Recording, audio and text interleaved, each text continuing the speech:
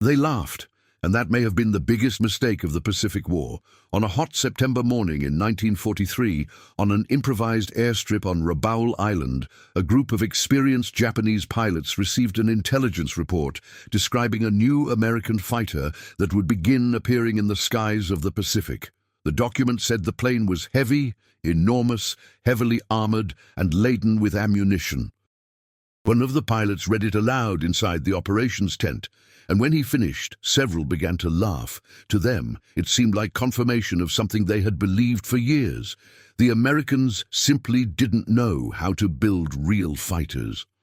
The plane had an aggressive-sounding name, Hellcat, but to those veteran pilots, it looked more like a fat animal trying to fly. At that moment, no one there imagined that that same plane, ridiculed even before appearing in combat, would become one of the most lethal machines in the history of naval aviation. And more than that, it would completely change the way air wars would be fought from then on. Among the pilots in that tent was a man whose name would still be remembered decades later by aviation historians, Saburo Sakai. A combat veteran who had faced virtually every type of Allied aircraft since the beginning of the war. Sakai was no ordinary pilot. He had survived violent battles in China and the Pacific and bore the marks of it on his face. A year earlier, a burst of American machine gun fire had pierced his cockpit, destroying one of his eyes and nearly killing him in mid-air. Even so, he managed to fly hundreds of kilometers back to base with only one functioning eye. Among Japanese pilots, this had become legendary, and even Sakai, with all that experience, looked at the specifications of the new American aircraft and commented on something that seemed completely logical at that moment. A heavy fighter can never beat a light fighter. It was almost a rule of aerial warfare, and at that moment all previous experiences seemed to confirm it. Since Pearl Harbor, Japanese fighters had dominated the Pacific skies. The Mitsubishi Zero was an engineering masterpiece focused on a single philosophy: absolute agility. Japanese engineers had eliminated everything that could add weight to the aircraft. There was no armor protecting the pilot. The fuel tanks had no bulletproof seals. In many cases, even the radios were removed to reduce weight. Everything had been sacrificed in the name of maneuverability. The result was an aircraft that seemed almost alive in the air. Pilots described the sensation of flying a Zero as if they were using wings instead of piloting a machine. In combat, it could turn faster than virtually any Allied aircraft of the time, and in the early years of the war, this was devastating. American and British fighters simply couldn't keep up with those impossible turns in the sky. For many Japanese pilots, this seemed like definitive proof that skill and lightness would always triumph over brute force. But across the ocean, in gigantic factories in the United States, engineers were thinking in a completely different way. They weren't trying to build a more elegant plane than the Zero. In fact, they were doing almost the opposite. They were designing a plane capable of surviving, a plane that could absorb damage, continue flying, and return to fight the next day. While Japanese engineers were trying to create the perfect blade, the Americans were creating an industrial hammer.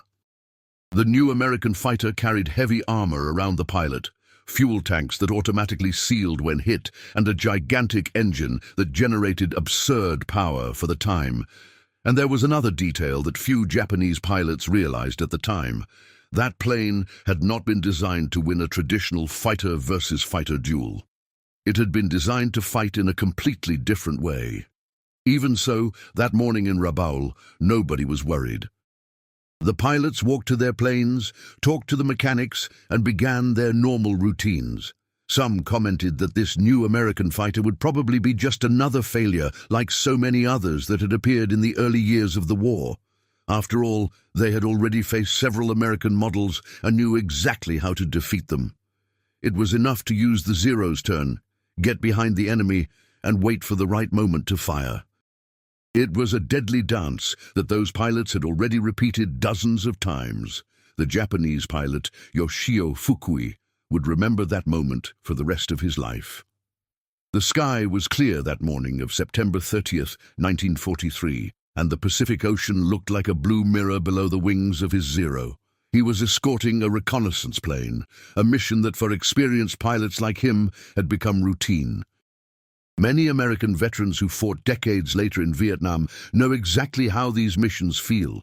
Seemingly tranquil hours of flight, silent radio, eyes always alert to the horizon, expecting anything out of place.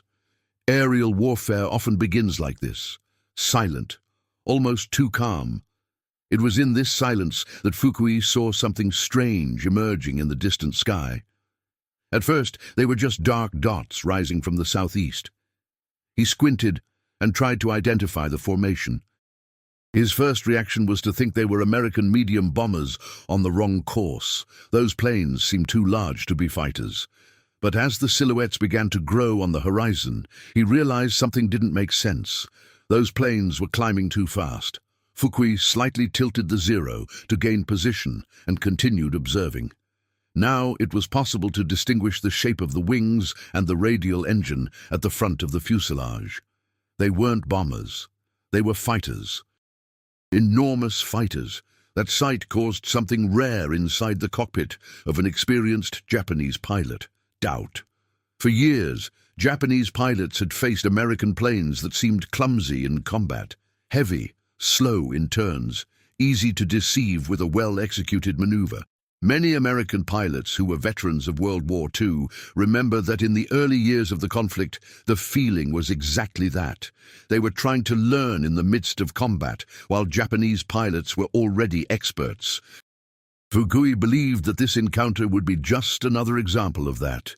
He adjusted the throttle, put the plane in attack position, and did what any well-trained Japanese pilot would do. He initiated a diving turn to try to get behind the enemy. This maneuver was almost a signature of the Zero pilots. The plane was incredibly light and could turn into tight turns that few fighters in the world could keep up with. For 2 years, that technique had worked repeatedly. Fukui expected to see the American fighter trying to escape in a straight line or entering a desperate turn, trying to get away. But something unexpected happened. The American plane didn't turn. It simply pulled its nose up and began to climb almost vertically. Inside the Zero's cockpit, Fukui pushed the throttle to the maximum and tried to follow. For a few seconds, he believed he could keep up, but he soon realized something was wrong. The speed began to drop rapidly. The Zero's engine was fighting against gravity. The American plane, on the other hand, seemed to continue climbing easily. This didn't make sense to Fukui. Heavy fighters shouldn't be able to do that. At the top of the climb, the Hellcat made a maneuver that seemed almost arrogant. It slowly spun on its axis and dove back down, directly behind the Zero. In seconds, the roles of hunter and prey had been reversed. Fukui heard the dry sound of heavy machine guns opening fire. 6 guns firing simultaneously created a storm of metal in the air. The impact of the bullets shook the Zero's fuselage. Panels began to vibrate. Fragments of metal pierced the cockpit. Fukui plunged the plane into an uncontrolled spin, trying to escape. It was an instinctive decision. Many veteran American pilots describe exactly this kind of moment as a second of pure instinct, where training disappears and the body reacts on its own to survive. When Fukui finally managed to stabilize the plane, the sky was empty. The Hellcat had vanished. The silence inside the cockpit was almost eerie. The plane was riddled with bullet holes. Damaged instruments flickered on the panel. Even so, the Zero was still flying. Fukui looked around for his escort mate. He was nowhere to be found. The reconnaissance plane had also disappeared. That small battle had lasted less than a minute. Fukui managed to return to his base with the severely damaged plane, but upon landing he realized something he couldn't immediately explain. This hadn't been a normal fight. The American pilot hadn't attempted a maneuvered combat. He had used altitude, speed, and engine power in a way that seemed completely different from the traditional style of aerial combat. That day, Fukui wrote a short report for his superiors. He described the new American fighter and included an observation that caught the attention of Japanese intelligence officers. The American pilot had fought as if executing a very specific plan. For American veterans who would hear this story years later, it would sound familiar. The American war was beginning to show something that would become a trademark in the following decades, including in Vietnam. coordination, planning, and the use of technology as a force multiplier. Still, for many Japanese commanders, that encounter still seemed like just an isolated incident, a Japanese pilot surprised by a new plane, nothing more than that. But in the following days, other similar reports began to arrive. Japanese pilots reported encounters with that new heavy fighter that didn't try to fight like the other American planes. It dove too fast, it climbed too high, and it fired an absurd amount of ammunition in a few seconds. Gradually, a question began to circulate among the Japanese squadrons scattered across the Pacific. What if that seemingly heavy plane wasn't an engineering mistake? What if it had been built exactly that way for a specific reason? While this doubt began to grow, another interception mission was being prepared a few days later. This time, it wouldn't be a single encounter in the sky. It would be a direct confrontation between two entire formations of fighters. And the outcome of that battle would completely change how Japanese pilots viewed that strange American plane. Many times. And up until that moment, it had always worked. But somewhere in the Pacific, on an American aircraft carrier slowly advancing over dark waters, a group of pilots was receiving their own briefings before a mission. They were about to fly an aircraft that seemed too heavy, too wide, and too strange to be a classic fighter. Many of them were still getting used to this new machine. Some had even heard comments from captured Japanese pilots saying that the plane looked like a bull trying to fly. But there was something those American pilots knew, something the Japanese hadn't yet realized. That aircraft could climb faster, dive more quickly, and fire an absurd amount of ammunition in a few seconds. And perhaps most importantly, it could take hits that would destroy any other fighter of the time. Still, at that early stage of the story, all of this was just theory, reports, numbers, and assumptions. The real answer would only come when two pilots on opposite sides of the war met for the first time in the sky. And when that finally happened, an experienced Japanese pilot noticed something disturbing in a matter of seconds. The new American fighter wasn't trying to fight like the other planes he had faced before. It was fighting as if it were playing a completely different game. And even before he understood what was happening, that pilot realized something that chilled his blood inside the cockpit. He was being hunted. A few days after that first encounter in the Pacific sky, reports began to pile up on the desks of Japanese officers. At first, they seemed like just isolated stories. One pilot who was almost shot down. Another who saw a new American fighter climb faster than any plane he had ever faced. A third who described a burst of gunfire so intense it sounded like a saw cutting metal in the air. To many Japanese commanders, it still seemed like exaggeration from pilots who had been surprised in combat. After all, for 2 years, the Zeros had dominated virtually all aerial combat. How could a heavy aircraft suddenly change that? That question seemed logical at the time. But there was a detail that the American pilots were beginning to understand very well. They weren't trying to fight the same way the Japanese did. In early October 1943, a new interception mission was organized.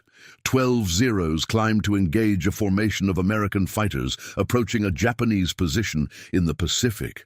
Confidence was still high among the Japanese pilots. Many of them had faced American planes several times and knew exactly how to defeat them. The strategy seemed simple. Gain altitude, dive on the enemy, force combat in tight turns, and destroy the American fighters one by one. It was the same formula that had worked so many times before. But this time, when the Zeros dived to attack, something strange happened. The Hellcats didn't spread out. They didn't try to turn to fight in circles in the sky. They continued flying in formation, accelerating slightly in a smooth dive that increased their speed. Why would a pilot choose not to use maneuverability to survive? This question began to surface on the radio among the Japanese pilots at that moment. The first shot came from the Zeros. Bursts of machine gun fire crisscrossed the air, and some shots hit the American fighters. In many previous battles, that kind of impact would have been enough to destroy an enemy aircraft. But the Hellcats kept flying. Heavy armor protected the pilot. Self-sealing fuel tanks prevented immediate fires. What would be fatal damage to a Zero was often just another battle scratch to a Hellcat. It was at this moment that the American pilots did something that would completely change the rhythm of that fight. Instead of continuing to descend, they pulled the planes back up and began to climb at full power. The American escalation was gaining altitude rapidly. The Zeros tried to follow, but their engines began to lose performance as the altitude increased. What happens when a pilot realizes he's trying to fight in a game where the rules are different? From above, the Hellcats began to dive one by one. Each attack seemed too fast to be answered. A dive, a short, precise burst, and the American plane would climb again before the Zeros could react. For American pilots who would witness the fighting in Vietnam decades later, this type of tactic would seem familiar. Energy, speed, and control of airspace were the true weapons in that type of combat. The Hellcats were using something that seems simple today, but at the time represented a profound change. Control of the aircraft's energy. Instead of fighting on the same plane of maneuvers as the Zero, they fought vertically, choosing when to attack and when to withdraw from the fight. The result began to appear quickly in the sky. One Zero burst into flames after a short burst. Another lost control after a poorly calculated dive. Within minutes, the Japanese formation was already falling apart, but the moment that truly changed the Japanese pilots' perception came when they realized something even more unsettling. The Hellcats were working in pairs. While one plane dove to attack, another remained above observing. If a Zero tried to follow the first attacker, the second was already positioning its own attack. It was a kind of aerial trap. A Japanese pilot later described that feeling as fighting an invisible machine instead of a single pilot. Had the Americans learned to fight as a team, while the Japanese still fought as individual duelists? This question began to bother even the most experienced pilots. When the battle ended, 8 Zeros had been destroyed. Not a single Hellcat had been lost. For many Japanese pilots, that outcome seemed impossible. For 2 years, they had believed that individual skill was the key to winning any aerial combat. Now they were facing something different. A heavier, more robust aircraft, piloted by men fighting as part of a coordinated system. In the following days, similar reports began to emerge from different areas of the Pacific. Always the same story. Hellcats appearing at altitude, attacking with speed, firing devastating bursts, and climbing again before any counterattack was possible. How do you fight an enemy that chooses when to fight and when to disappear? While these reports were reaching Japanese bases, another, even more unsettling discovery was about to be made. Some pilots began to notice that the Hellcats seemed to appear in exactly the right place, at the right time, as if they knew in advance where the Japanese planes would be. For American pilots who had served years later in conflicts like the Korean War or the Vietnam War, the answer would be familiar: technology and coordination between air and sea. But for many Japanese pilots at that time, it seemed almost supernatural. How could a fighter find another plane in the middle of a gigantic ocean with such precision? The answer to this question was about to reveal that the Hellcat was not just a powerful plane. It was part of something much bigger, something that would completely transform the balance of the war in the Pacific. A few weeks after those first engagements, something began to seriously bother the Japanese pilots. They weren't just being attacked by a new American fighter. They were being found with a precision that seemed impossible. On several occasions, Japanese formations were still rising through clouds when Hellcats appeared in exactly the perfect position to attack them. Many Japanese pilots initially believed they were being followed or spied on by stealth reconnaissance aircraft, but the truth was deeper and far more powerful. The American Navy was using onboard radar on its aircraft carriers and cruisers to detect enemy aircraft tens of miles away. Radar operators watched the screens and guided the American pilots by radio, telling them exactly where to climb, where to turn, and where to find the enemy. For pilots accustomed to relying solely on human vision, this seemed almost unfair. One Japanese pilot would later write in his memoirs, "It was like fighting an enemy who could see through the clouds while we fought blind." To understand the difference this made, imagine a scenario that many American veterans recognize well. For decades, American soldiers learned that the coordination between technology and training could decide battles before a shot was even fired. In the Pacific, this principle began to appear clearly in the air. While Japanese pilots searched for the enemy on the horizon, American pilots were already being directed to the ideal interception position. The Hellcat would then enter the scene at the perfect moment. This combination of technology, training, and communication began to create something that few Japanese pilots had faced before, an organized combat system, and the Hellcat was just the visible tip of that system. But there was another factor that was quietly shifting the balance of the war: pilot training.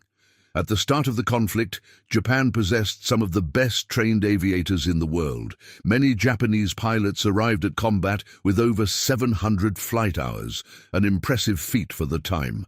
They trained for years before being sent to the front lines. These men were experts in aerial maneuvers, gunnery, and navigation. However, as the war progressed and losses mounted, this system began to collapse. Constant fighting was eliminating veteran pilots faster than Japan could replace them. Gradually, new pilots were arriving at combat with less training. Some had little more than 200 flight hours. Some had fired their weapons only once or twice in training. Meanwhile, across the ocean, the American system was functioning differently. In the United States, the war had mobilized a massive industrial and educational machine. Young pilots trained at airfields scattered across places like Texas, Arizona, and California. There, they flew hundreds of hours before seeing real combat. They learned formation fighting, radio communication, aircraft power control, and aerial survival techniques. Many American veterans remember that this training seemed almost endless, but when they finally entered combat, they understood why it was necessary. They weren't just fighting as individuals, they were operating as part of a coordinated team. And when these pilots finally arrived in the Pacific flying Hellcats, that difference quickly began to show in the battle results. An incident that occurred in late 1943 illustrates this change well. A group of Japanese pilots was climbing to intercept an American mission when, suddenly, several Hellcats appeared above them, positioned with the sun at their backs. The Japanese pilots were momentarily blinded by the bright light as the American fighters dove. The position had been precisely chosen by the American fleet's radar control.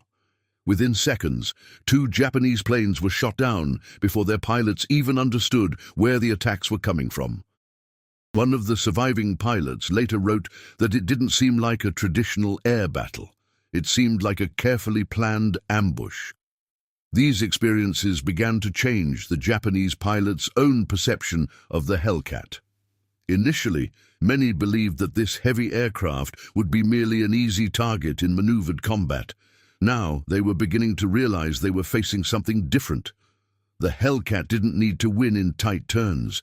It used power, speed, and teamwork. Instead of fighting as individual duelists, American pilots were fighting as part of a coordinated network of ships, radars, and squadrons. For many military historians, this moment represents an important transition in the history of aerial warfare. The focus shifted from just the most skilled pilot to the most efficient system. Statistics from the time show how quickly this change began to appear.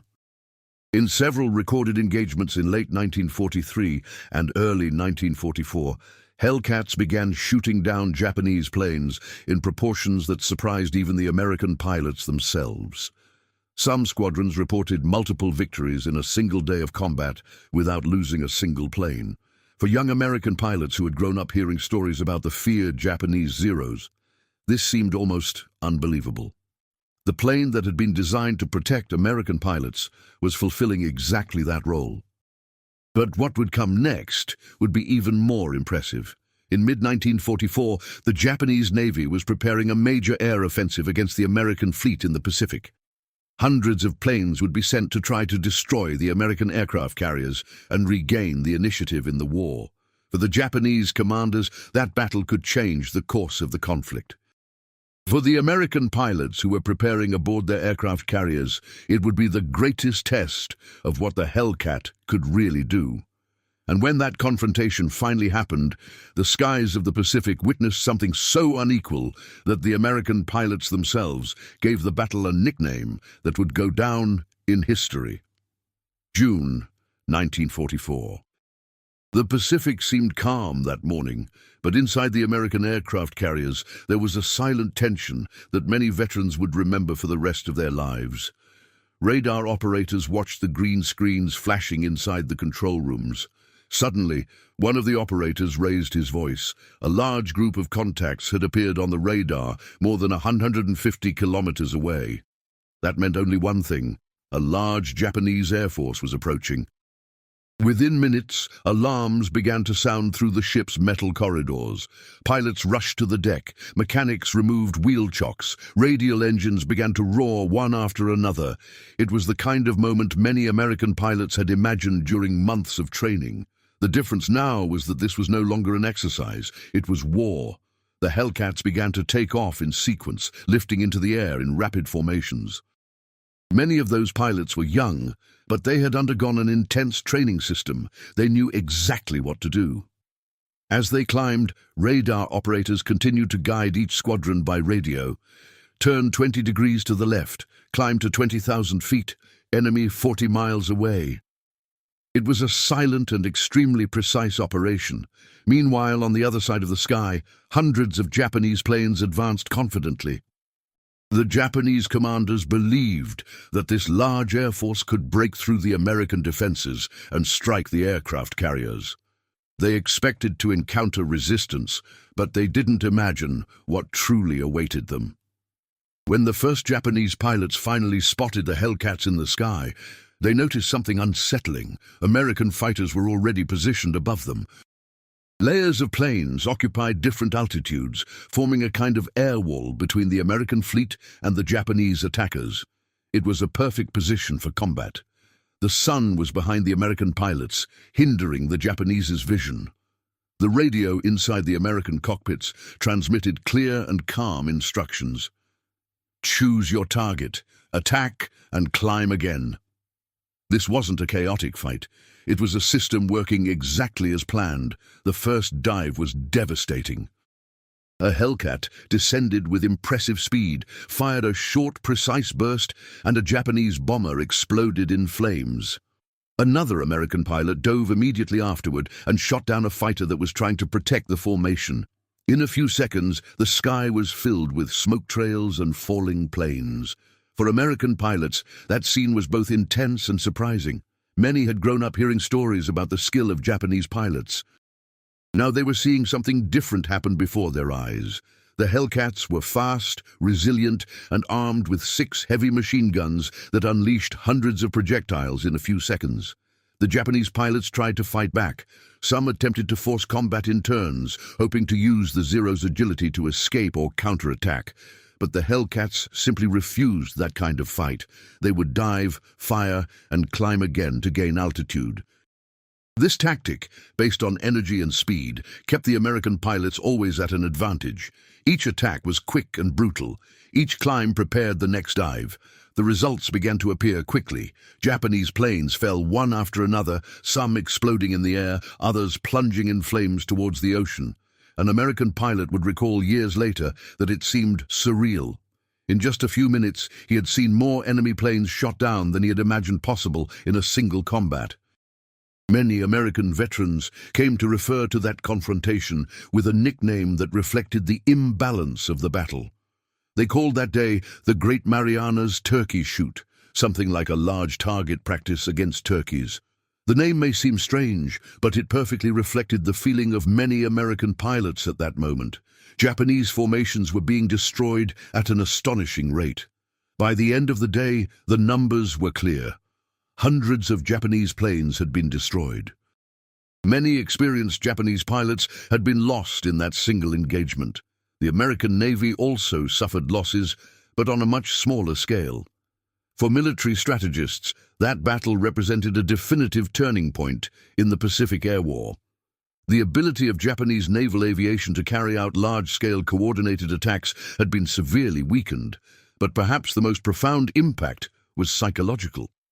Japanese survivors began to realize they were facing something impossible to ignore. The Hellcat wasn't just a powerful aircraft, it was part of a much larger industrial, technological, and strategic system. Aircraft carriers, radar, training, and mass production were working together in a way that few countries in the world could replicate at that time. As American pilots returned to their aircraft carriers that late afternoon, many were still trying to process what they had experienced. Mechanics and crews on deck watched the planes landing, some bearing combat marks, others virtually intact. The Hellcat had accomplished its mission with impressive efficiency, but the war was not yet over. Even after devastating losses, Japan still had planes, pilots, and a determination that was beginning to take on an increasingly desperate form.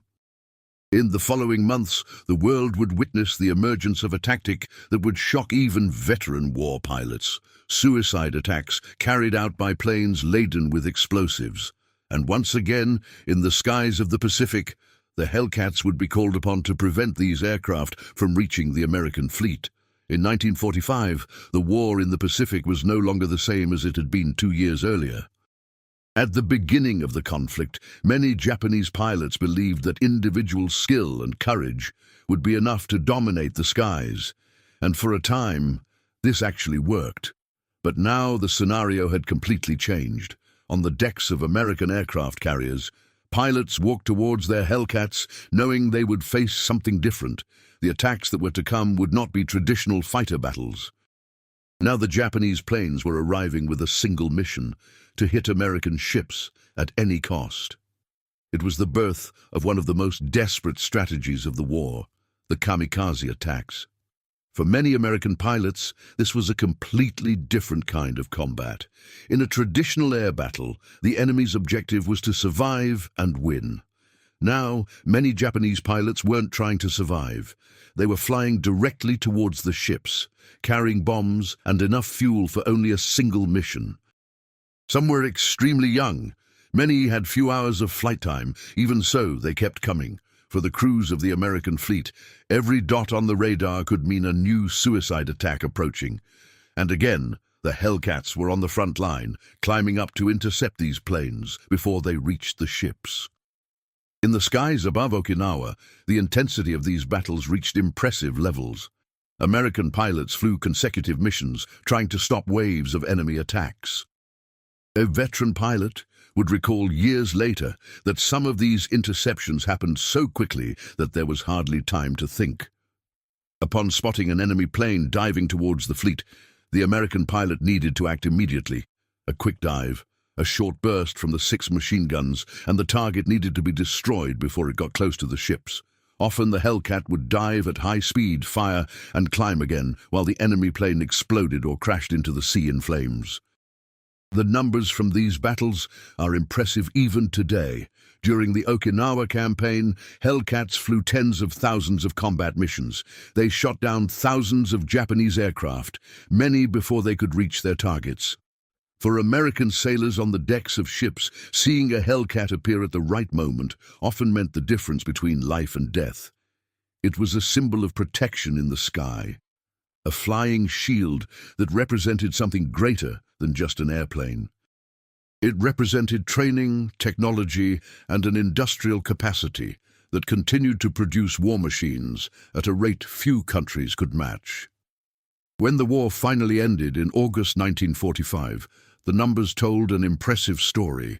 The Hellcat had destroyed more than 5,000 enemy aircraft in aerial combat. The win rate was extraordinary.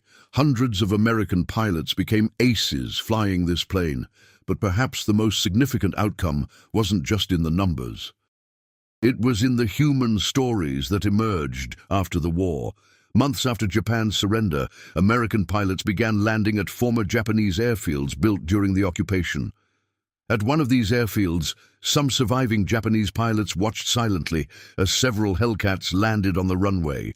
Those planes, previously only seen in combat, were now there, parked on the ground, in full view. An American pilot decided to demonstrate some simple maneuvers in the sky. He took off again, climbed, and performed loops, rolls, and rapid climbs that demonstrated the aircraft's power and resilience. Japanese pilots watched in silence. For many of them, that moment was the first time they had been able to observe up close the machine that had dominated the skies in the final years of the war. Years later, Saburo Sakai himself would reflect on that change. He had begun the war believing that the Zero represented the pinnacle of combat aviation. But by the end of the conflict, he realized something different. The Hellcat was not just a heavier or stronger fighter. It represented a new form of aerial warfare, a war based on coordination, technology, mass production, and teamwork. While the Zero had been created for duels between highly trained pilots, the Hellcat was part of a much larger system. A system capable of sustaining long campaigns, protecting pilots, and dominating airspace. Perhaps that is the true lesson of this story. In the beginning, many Japanese pilots laughed when they heard about that new American heavy fighter. It seemed too strange, too big, too different. But as time passed, that same plane showed that the future of warfare would not be decided solely by who had the most skilled pilot. It would be decided by who could combine technology, training, and strategy most efficiently. And when that reality finally became clear, the skies of the Pacific had already changed forever. Today, decades later, many veterans still remember the unmistakable sound of the Hellcat's radial engine crisscrossing the sky. For some, that sound meant combat. For others, it meant protection. And for history, it represents one of the moments when aerial warfare definitively entered the modern era. If this story sparked something in you, whether it's curiosity, memories, or reflection, leave your comment below. Many of those who watch this channel have family stories connected to this period of history. Share your opinion or experience. And if you want to continue exploring true stories from the Cold War, Vietnam, and other significant moments in military history, subscribe to the channel and leave a like. Each subscription helps keep alive these stories that shaped entire generations.